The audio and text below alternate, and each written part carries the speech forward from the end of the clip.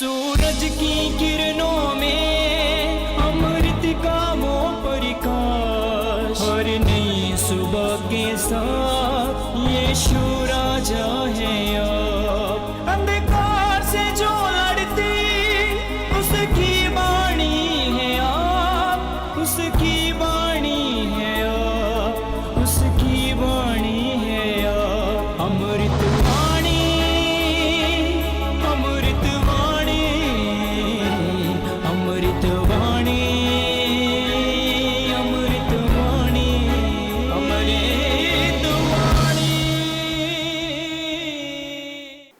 पहला पाठ नबी दानियल का ग्रंथ, अध्याय 7, पद संख्याएं 9 से 10 और 13 से 14 तक। सहस्रों उसकी सेवा कर रहे थे। मैं देख ही रहा था कि सिंहासन रख दिए गए और एक वयोवृद्ध व्यक्ति बैठ गया। उसके वस्त्र हिम की तरह उज्जवल थे और उसके सिर के केश निर्मल ऊन की तरह। उसका सिंहासन ज्वालाओं का समूह था और सिंहासन के पहिए धधकती अग्नि। उसके सामने से आग की धारा बह रही थी। सहर्षों उसकी सेवा कर रहे थे, लाखों उसके सामने खड़े थे। न्याय की कार्यवाही प्रारंभ हो रही थी और पुस्तकें खोल दी गई थी। मैं रात का दृश्य देख रहा था और देखो, आकाश के बादलों पर मानव पुत्र जैसा कोई आया। वह वयोवृद्ध के यहाँ पहुँचा और उसके सामने लाया गया।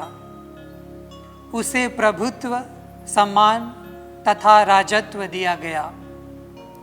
सभी देश, राष्ट्र और भिन्न भिन्न भाषा भाषी उसकी सेवा करेंगे।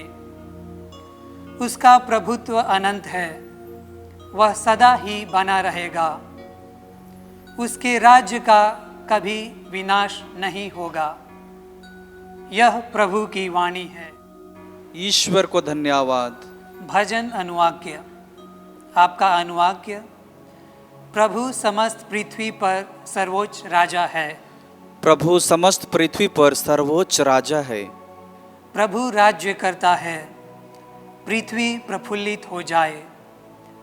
असंख्य द्वीप आनंद मनाएं। अंधकारमय बादल उसके चारों ओर मंडराते हैं।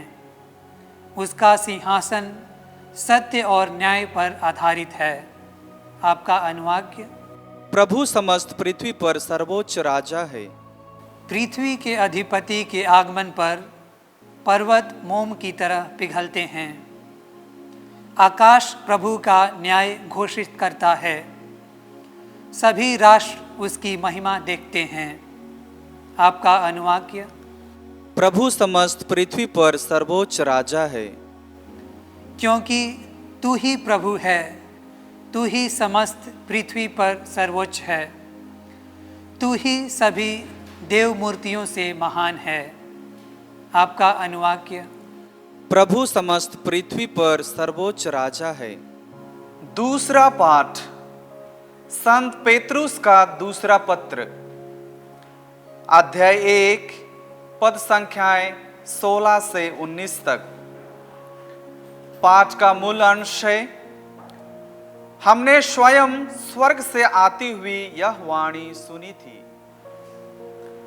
जब हमें आप लोगों को अपने प्रभु यीशु मसीह के सामर्थ्य तथा पुनरागमन के विषय में बताया, तो हमने मनगढ़ंत कथाओं का सहारा नहीं लिया, बल्कि हमने अपनी ही आँखों से उनका प्रताप उस समय देखा है, जब उन्हें पिता परमेश्वर से सम्मान तथा महिमा प्राप्त हुई और भव्य ऐश्वर्य में से उनके प्रति एक वाणी यह कहती हुई सुनाई पड़ी, यह मेरा प्रिय पुत्र है, मैं इस पर अत्यंत प्रसन्न हूं। जब हम पवित्र पर्वत पर उनके साथ थे तो हमने स्वयं स्वर्ग से आती हुई यह वाणी सुनी थी। इस घटना द्वारा नबियों की वाणी हमारे लिए और भी विश्वसनीय सिद्ध हुई। इस पर ध्यान देने में आप लोगों का कल्याण है, क्योंकि जब तक पाँव नहीं फटती और आपके हृदयों में प्रभात का तारा उदित नहीं होता, तब तक नबियों की वाणी अंधेरे में चमकते हुए दीपक के सदृश है। प्रभु की वाणी। ईश्वर को धन्यवाद। संत मती के अनुसार पवित्र सुसमाचार। हे प्रभु, तेरी महिमा हो। अध्याय 17 पद संख्याएं 1 से 9। उनका मुखमंडल सूर्य की तरह दमक उठा। यीशु ने पेतरुस, याकूब और उसके भाई योहन को अपने साथ ले लिया और वह उन्हें एक ऊंचे पहाड़ पर एकांत में ले चले। उनके सामने ही प्रभु का रूपांतरण हो गया। उनका मुखमंडल सूर्य की तरह दमक उठा और उनके वस्त्र प्रकाश के समान उज्जवल हो गए। शिष्यों को मूसा और इलियस उनके साथ बातचीत करते दिखाई दिए। तब पेतरुस ने यीशु से कहा, गुरुवर, यहाँ होना हमारे लिए कितना अच्छा है। आप चाहें तो मैं यह 3 तंबू खड़ा कर दूंगा, एक आपके लिए, एक मूसा और एक इलियस के लिए। वह बोल ही रहा था कि उन पर एक चमकीला बादल छा गया और उस बादल में से यह वाणी सुनाई पड़ी, यह मेरा प्रिय पुत्र है, मैं इस पर अत्यंत प्रसन्न हूँ, इसकी सुनो। यह वाणी सुनकर वे मुंह के बल गिर पड़े और बहुत डर गए। तब यीशु ने पास आकर उनका स्पर्श किया और कहा, उठ जाओ, डरो मत। उन्होंने आंखें ऊपर उठाई तो उन्हें यीशु के सिवा और कोई नहीं दिखाई पड़ा।